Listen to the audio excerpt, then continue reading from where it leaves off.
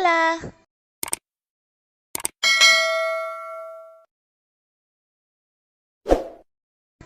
Assalamualaikum warahmatullahi wabarakatuh. Kaifa halukum? Bi khairin walhamdulillah. Wah, udah lama ya nggak pernah lihat video pembelajaran dari Ustazah Dila lagi. Hari ini Ustazah kembali membuat video. Oke, sebelum kita belajar, marilah kita membaca lafaz basmalah dan disambung doa belajar. Bismillahirrahmanirrahim. Rabbi zidni ilma warzuqani fahma wa amalan mutaqabbalan ya arhamar rahimin. Amin ya rabbal alamin. Seperti biasa di hari Kamis kita akan belajar pelajaran tematik IPA. Hari ini kita akan belajar tentang panas atau kalor dalam kehidupan sehari-hari. Oke, jangan lupa ya, nama lain dari panas itu adalah kalor. Setelah mempelajari materi hari ini, anak-anak ustazah diharapkan mampu yang pertama mengidentifikasi ataupun mengenal benda yang termasuk konduktor dan benda yang termasuk isolator. Yang kedua, anak-anak ustazah mampu menjelaskan perubahan benda akibat perubahan suhu. Selain itu, setelah mempelajari materi hari ini, anak-anak ustazah juga diharapkan memiliki karakter-karakter sebagai berikut. Yang pertama, memahami dan berlatih ikhlas dalam beramal. Yang kedua, belajar amar ma'ruf nahi mungkar, menegakkan perintah Allah dan menjauhi larangannya. Yang ketiga, membiasakan diri belajar dengan memanfaatkan waktu sebaik-baiknya. Yang keempat, membiasakan hidup ramah lingkungan ataupun go green. Dan yang kelima, belajar mengaitkan Al-Quran dengan kehidupan sehari-hari. Pelajaran kita hari ini akan berkaitan dengan ayat yang akan ustazah sampaikan, yaitu surah At-Tahrim ayat 6. Hayo, siapa yang hafalannya sudah sampai surah At-Tahrim? Ya, surah At-Tahrim ini berada di juz 28. Allah Subhanahu wa taala berfirman, "Wahai orang-orang yang beriman, peliharalah dirimu dan keluargamu dari api neraka yang bahan bakarnya adalah manusia dan batu." Dari ayat ini dapatlah kita ketahui bahwa bahan bakar dari api neraka itu adalah manusia itu sendiri dan juga batu. Kenapa bisa ustazah manusia menjadi bahan bakarnya? Iya, manusia-manusia yang tidak amar ma'ruf nahi mungkar. Yang Allah suruh tegakkan, Allah suruh kerjakan, dia nggak mengerjakannya. Tapi yang Allah larang, yang disuruh Allah menjauhi, tapi dia malah melakukannya. Nah, orang-orang itulah yang akan menjadi bahan bakar api neraka. Mana ustazah mau nggak jadi bahan bakar api neraka? Nggak mau ya, makanya dari itu kita harus menegakkan perintah Allah dan menjauhi larangannya. Ayo anak-anak ustazah, apakah anak ustazah masih ingat ada 3 cara perpindahan panas? Apa-apa saja sih kira-kira? Ya, benar sekali. Yang pertama ada konduksi, yang kedua konveksi, dan yang ketiga radiasi. Oke, kita ulang sama-sama ya supaya lebih ingat. Yang pertama itu ada konduksi. Konduksi adalah perpindahan panas melalui zat padat yang tidak ikut mengalami perpindahan. Jadi, yang berpindah hanya zat panasnya saja, bendanya tidak ikut berpindah. Nah, contoh dari konduksi bisa kita lihat, ada orang yang sedang masak air ya, pakai panci. Oke. Bagian yang duluan panas adalah bagian ujung dari panci itu ya, bagian tempat airnya. Ya, ketika bagian itu panas, maka dia akan memindahkan panas ke bagian yang lain. Contohnya itu adalah gagang panci yang sedang dipegang oleh manusianya ya. Awalnya hanya bagian panci sama ujung gagangnya itu aja yang panas, tapi lama-kelamaan karena terus dipanaskan, maka panasnya itu bisa berpindah ke tangan manusia yang memegangnya. Nah, jadi ini adalah contoh dari konduksi. Panasnya berpindah, tapi bendanya tidak berpindah. Hanya panasnya berpindah dari panci ke tangan orang yang sedang memegangnya, ya. Jadi nggak mungkin pancinya setelah panas pancinya terbang ya kan? Nggak, hanya panasnya yang berpindah, bendanya tidak berpindah. Contoh lain dari konduksi ini adalah ketika kita memegang logam, ya logam yang dipanaskan. Awalnya yang bagian yang panas adalah bagian ujung dari logam. Tapi lama-kelamaan panas ini akan berpindah menuju ke tangan orang yang memegangnya. Oke, yang kedua adalah konveksi. Konveksi adalah perpindahan panas yang disertai dengan perpindahan bendanya. Jadi bukan hanya panasnya yang berpindah, tapi bendanya juga ikut berpindah. Contoh dari konveksi ini bisa kita lihat pada gambar ya, orang sedang memasak air. Jadi bagian panci ataupun bagian air yang awalnya akan panas adalah bagian air yang di bawah paling dasar panci ya. Setelah panas, maka air ini akan berpindah ke atas. Jadi setelah dipanaskan, setelah mendapatkan panas, air bagian bawah akan pindah ke atas. Kemudian air yang bagian atas yang masih dingin akan pindah ke bawah. Begitulah seterusnya. Bisa Ustazah lihat gambar panahnya? Ya. Panah ke atas berarti air yang sudah panas naik ke atas, panas ke bawah, air yang masih dingin akan pindah ke bawah supaya semuanya bisa dipanaskan, barulah dia bisa mendidih. Berarti setelah dia dipanaskan, air itu akan berpindah. Bukan hanya panasnya saja yang berpindah, tapi juga bendanya, yaitu airnya berpindah. Itu adalah konveksi. Dan yang ketiga ada radiasi. Di radiasi itu perpindahan panas tanpa zat perantara. Jadi dia langsung saja. Oke, contoh dari radiasi seperti yang kita bisa lihat di gambar. Di situ ada orang masak air ya kan? Karena dia masaknya pakai kayu bakar. Panas dari api itu langsung kena ataupun langsung mengenai tangan orang yang sedang memasak air itu. Jadi tanpa ada perantaranya, tanpa ada benda yang menghubungkannya. Hanya langsung hanya langsung panas api itu kena ke tangan, ya kan? Contoh lain dari radiasi ini seperti es krim yang meleleh karena terkena sinar matahari. Itu adalah review sejenak dari pelajaran kita minggu lalu. Jadi Ustazah, apakah semua benda itu bisa memindahkan ataupun menghantarkan panas? Ya, tentu saja tidak. Tidak semua benda bisa menghantarkan panas. Salah satu benda yang bisa menghantarkan panas adalah logam ataupun batang logam yang ada di gambar slide Ustazah. Plastik bisa nggak Ustazah menghantarkan panas? Ayo kita lihat jawabannya pada materi berikutnya. Oke. Jadi berdasarkan kemampuan menghantarkan panas, benda terbagi dua. Yang pertama adalah konduktor, yang kedua isolator. Konduktor itu adalah benda yang dapat menghantarkan panas dengan baik. Jadi dia bisa membawa panas. Sedangkan isolator adalah benda yang tidak dapat menghantarkan panas dengan baik. Oke, Ustazah kasih contoh satu persatu. Yang pertama adalah contoh benda konduktor. Ya, benda konduktor ini adalah benda yang biasa kita lihat di dapur ya, karena di dapur ada api untuk memasak. Contohnya adalah benda-benda yang terbuat dari, pertama itu dari besi. Ya, contohnya ini adalah kuali atau wajan, kemudian panci. Iya, dia terbuat dari besi dan dia bisa menghantarkan panas. Makanya kalau kita masak pakai benda-benda yang terbuat dari besi. Yang kedua ada baja. Apa contoh benda yang terbuat dari baja Ustazah? Misalnya adalah wajan, sudip, kemudian bahasa lainnya apa ya sudip? Spatula ya, spatula. Kemudian ada panci.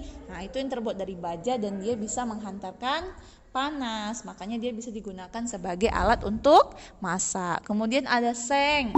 Seng ini juga bisa menghantarkan panas. Yang keempat ada contohnya benda yang terbuat dari logam. Misalnya sendok, garpu, pisau dan lain-lain. Makanya jangan pernah coba-coba membakar sendok ya kan? Ustazah pengen aja membakar sendok. Nanti ketika anak Ustazah bakar, bagian ujungnya itu kan terbakar kan? Nanti dia akan terus sampailah ke tangan anak Ustazah. Kemudian yang keempat ada aluminium. Aluminium ini biasanya dibuat menjadi kompor, panci, kemudian kuali seperti itu. Di rumah Ustazah kualinya terbuat dari aluminium. Ada tembaga. Ya, tembaga itu adalah bahan yang kita lihat di dalam kabel. Nah, Ustazah pernah lihat di dalam kabel ataupun wayar itu dalamnya ada tembaga. Selain itu tembaga juga bisa dibuat menjadi panci dan kuali. Jadi bahan-bahan ataupun benda-benda yang terbuat dari keenam bahan ini bisa menghantarkan panas. Oke? Sedangkan contoh benda isolator ada 6 juga. Yang pertama adalah karet. Ya, karet ini tidak bisa menghantarkan panas. Jadi kalau misalnya anak ustazah pegang ban, ya kan ban itu bergesek ya dengan jalan. Ya, yang panas itu hanya bagian yang bergesek dengan jalan, selebihnya tidak akan panas ya, karena dia tidak bisa menghantarkan panas. Contohnya, anak ustazah mendorong-dorong ban itu kan bagian bawah, maka nanti yang panas adalah bagian bawah ban aja, sedangkan bagian atas yang tidak tergesek tidak akan panas. Yang kedua ada plastik. Nah, plastik ini juga tidak bisa menghantarkan panas. Jadi kalau anak ustazah misalnya membakar sendok plastik, tangan anak ustazah nggak akan panas, tapi kalau terus-terusan anak ustazah bakar, dia akan meleleh, bisalah kena tangan anak ustazah. Tapi kalau anak ustazah bakar aja bagian ujungnya, tangan anak ustazah nggak akan panas, ya. Tapi jangan dicoba lah ya. Yang ketiga adalah kayu. Kayu juga seperti itu ya. Jadi kayu itu kalau kita bakar, hanya bagian yang dibakar itulah yang akan panas, yang akan menjadi abu ya. Sedangkan bagian yang kita pegang misalnya itu tidak akan panas sampai dia semuanya terbakar. Yang keempat ada kertas. Sama juga dengan kertas ya kan. Pasti pernah yang dibakar-bakar kertas di rumah kan. Nah, kertas ini nggak bisa menghantarkan panas. Jadi kalau kita bakar ujung kertas, tangan kita yang di ujung tidak akan panas ya. Tapi jangan dicoba ya. Jangan bakar-bakar kertas karena kertas itu terbuat dari pohon. Kita harus adalah kain ya. Kain juga tidak bisa menghantarkan panas. Dan terakhir juga ada busa. Busa ini juga tidak bisa menghantarkan panas. Makanya nggak ada alat-alat masak ataupun alat-alat dapur yang terbuat dari busa ya. Ada panci yang terbuat dari busa, nggak ada. Ada kuali yang terbuat dari busa, nggak ada ya. Busa ini untuk cuci piring. Oke. Sama juga dengan plastik ya, nggak ada kuali dari plastik ya. Kalau dijadikanlah kuali terbuat dari plastik baru dimasak langsung meleleh semuanya. Sama juga dengan kayu. Nah, kalau piring dari kayu ada, ustazah, sendok dari kayu ada. Cuman kalau kuali dari kayu nggak ada ya, karena kalau kayu dibakar dia akan gosong ya, akan lapuk seperti itu. Jadi itulah dua jenis benda berdasarkan kemampuannya menghantarkan panas. Menghantarkan itu artinya membawa ataupun mengalirkan ya. Ini kita akan bahas perubahan benda akibat perubahan suhu. Jadi ustazah, benda itu bisa berubah akibat perubahan suhu? Tentu saja, ayo kita lihat ya. Jadi semakin tinggi suhu suatu benda, semakin panas benda tersebut. Dan sebaliknya, semakin rendah suhu suatu benda, semakin dingin benda tersebut. Contohnya anak ustazah masak air. Masak air kalau mendidih berarti 100 derajat, maka airnya akan panas. Nah, coba lagi misalnya ustazah ambil air, terus masukkan ke dalam freezer, dibuat suhunya yang paling minimum, yang paling rendah, maka nanti airnya bisa berubah menjadi es batu ya. Jadi suhunya karena terlalu dingin bisa membuat bendanya menjadi dingin. Jadi energi panas dapat merubah suatu benda. Perubahan benda akibat perubahan suhu itu ada dua jenis. Yang pertama namanya pemuaian, yang kedua namanya penyusutan. Pemuaian adalah perubahan suatu benda yang dapat menjadi bertambah panjang, bertambah lebar, bertambah luas, berubah volumenya karena terkena kalor atau panas. Sedangkan penyusutan adalah perubahan suatu benda yang menjadi berkurang panjang, berkurang lebarnya, dan berkurang luasnya karena terkena suhu dingin. Oke, jadi itulah yang akan terjadi ketika suatu benda terkena perubahan suhu. Kita mau lihat ya, kira-kira apa sih contoh pemuaian dan penyusutan benda dalam kehidupan sehari-hari. Yang pertama ada ketika kita pemasangan kaca jendela. Jadi ketika memasang kaca jendela, ya kacanya itu dipasang dengan memberikan sedikit ruang ataupun celah dari bingkai kayunya. Ya, coba Anda sudah lihat di sini kan ada bingkai kayu ya. Di dalam sini nanti masuk kacanya.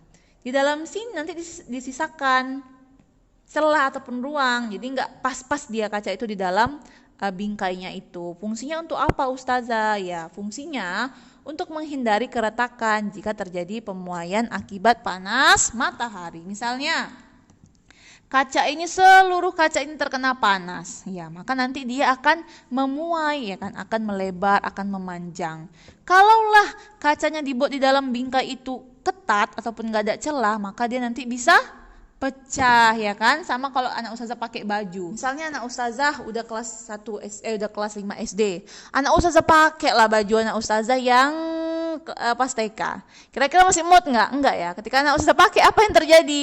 Dia akan koyak, ya. Seperti itu juga lah dengan kaca jendela ini. Nah, makanya kalau dia kena panas nanti dia bisa melebar ataupun memanjang, mengalami pemuaian. Maka dari itu dibuatlah celah di sekitar bingkainya itu supaya tidak rata. Sama juga anak ustazah ya, baju yang TK nggak perlu dipakai lagi ya, bisa koyak. Pakailah baju yang ada celahnya ataupun baju yang longgar. Yang kedua, contoh pemuaian dan penyusutan dalam kehidupan sehari-hari ada ketika pengisian gas pada ban mobil atau kereta ataupun ban sepeda, ya. Jadi ketika mengisi gas ataupun kalau orang Indonesia bilangnya isi angin ustazah, iya, ketika mengisi gas, ban diisi dengan gas yang tidak terlalu penuh, ya. Jadi nggak boleh terlalu padat kali gasnya diisi ke dalam ban, ya, harus disisakan ruang. Fungsinya untuk apa ustazah? Iya, agar ban tidak meletus jika mengalami pemuaian akibat panas. Jadi ketika ban itu terus bekerja, dia akan mengalami gesekan dengan jalan, maka nanti dia akan panas, ditambah lagi kena cahaya matahari, maka gas di dalam ban itu bisa mengalami pemuaian. Kalau dia memuai, dia akan semakin mengisi volume ataupun mengisi ruang di dalam ban, maka bisa nanti bannya meletus. Maka dari itulah ketika mengisi gas ataupun angin di dalam ban tidak boleh terlalu padat dan nggak boleh juga terlalu sedikit, terlalu lembek, nanti bisa mudah kempes bannya, ya, seperti itu ya. Yang ketiga, pemasangan kabel listrik ataupun telepon. Kalau anak ustazah lihat di pinggir-pinggir jalan raya, kalau ada tiang listrik pasti kawatnya itu ataupun kabel listriknya itu nggak betul-betul ketat dipasang, dia pasti agak longgar, ya, seperti agak menurun ke bawah dia. Kenapa kayak gitu dibuat ustazah? Iya, tujuannya agar kabelnya itu tidak putus ketika menyusut terkena udara dingin di malam hari. Jadi ketika malam hari, kabel listrik ataupun kabel telepon itu akan terkena udara yang dingin, maka dia bisa menyusut, ya. Kalau dia menyusut, dia akan kembali ke posisinya yang semula. Nah, kalau dia longgar, maka dia akan kembali ke posisi semulanya, masih ada sedikit longgar-longgarnya. Tapi kalau dia dibuat ketat antara satu tiang dengan tiang yang lain, kabelnya itu ketika dia menyusut, maka ketarik makin ketat, dia bisa putus, ya, berbahaya. Kalau ada orang jalan nggak nampak dia terinjak dia, bisa korslet, bisa kontak orangnya itu, ya kan. Makanya dibuatlah kabel listrik ataupun kabel telepon itu sedikit longgar, ya, dipasang dengan longgar antara satu tiang dengan tiang yang lain. Oke, yang keempat adalah pemasangan rel kereta api. Jadi rel kereta api itu dipasang dengan disambung-sambung, ya, anak ustazah, dan di antara sambungannya itu akan dibuat celah. Fungsinya untuk apa ustazah? Ya, celahnya yang mana ustazah? Yang ini, ya, yang sudah tunjuk. Nah, di sini ada celahnya. Fungsinya itu agar rel kereta api tidak melengkung ketika memuai akibat terkena panas. Jadi kalau rel kereta api terkena panas, dia akan memuai, bisa memanjang ataupun melebar. Kalau dibuat celah antar relnya ini, maka dia ketika memuainya di bagian yang ada celah ini. Nah, memanjanglah dia menutupi bagian yang ada celah. Jadi enggak ketat, jadi nanti dia akan menutupi bagian yang ada celah.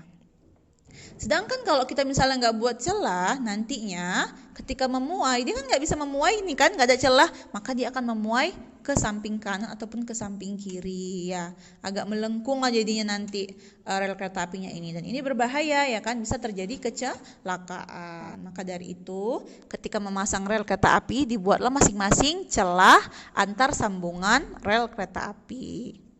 Yang kelima adalah penggunaan termometer. Term artinya panas, meter itu untuk mengukur, berarti termometer adalah alat yang digunakan untuk mengukur panas ataupun suhu tubuh.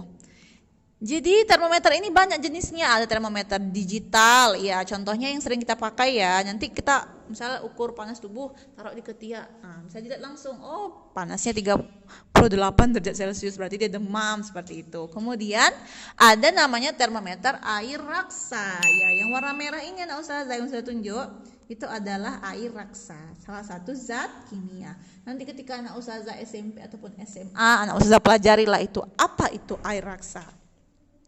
Jadi ketika dipakai air raksa ini, misalnya mengukur air ya, mengukur air panas, nanti dia ini warna merah ini airnya akan naik ke atas ya, karena dia memuai ya kan, naik ke atas baru nampaklah oh dia di suhu 38 derajat seperti itu. Dan setelah nggak dipakai lagi dia akan turun kembali air raksanya mengikuti suhu ruangan ataupun suhu yang sudah normal. Tapi sekarang orang udah nggak ada lagi kayaknya pakai termometer air raksa ini. Cuman ketika dulu ustazah kuliah, ketika ada praktikum ya mau mengukur suhu seperti itu, maka pakai yang ini, termometer air raksa.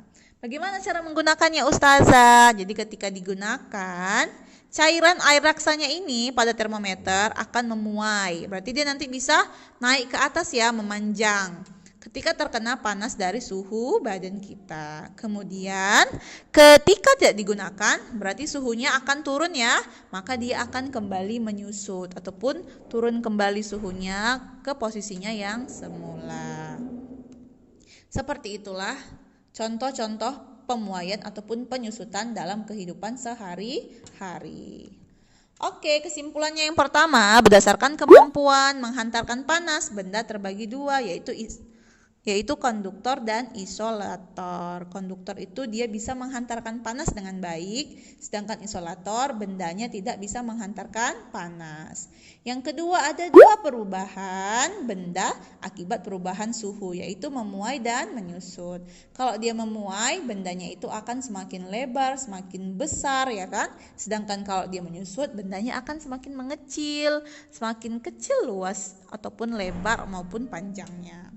Dan yang ketiga, contoh pemuaian dan penyusutan dalam kehidupan sehari-hari antara lain ada ketika memasang jendela, pengisian gas pada ban, pemasangan kabel listrik, pemasangan rel kereta api, dan penggunaan termometer. Alright, tugas kita hari ini adalah, ya biar ada sedikit-sedikit hiburannya ya, berarti tugasnya ada menggambarnya ustazah buat. Jadi tuliskan dan gambarkan masing-masing 5 benda yang termasuk konduktor dan isolator.